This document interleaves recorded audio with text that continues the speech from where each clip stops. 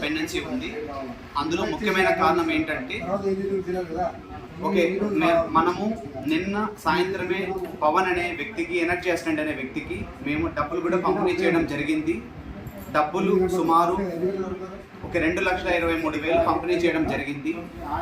కానీ అది as per the procedures తెల్లవారుజామున 5:30కు వచ్చి పేద ప్రజలందరికీ కూడా మనం పింఛన్ పంపిణీ చేయవలసి ఉన్నది. కానీ ఇప్పటి వరకు పంపిణీ చేయలేదు. అందులో కారణం ఏంటంటే పవన్ అందుబాటులో లేకపోవడం, ప్రభుత్వం ఇచ్చిన సొమ్ముని మన పవన్ ఇప్పటి వరకు ప్రభుత్వానికి లేక ప్రజలకు కూడా కట్టలేకపోవడం.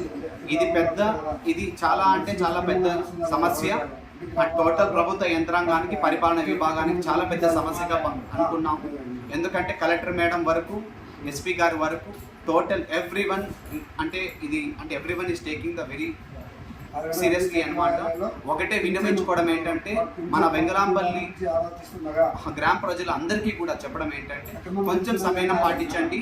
100% ఇప్పుడే మన కలెక్టర్ గారి మేడం సౌజన్యంతో, సపోర్ట్తో ఇప్పుడే మన ఎంపీడీఓ ఆఫీస్ పీడీ అకౌంట్లో నుంచి 2,23,000 తీసుకున్నాము.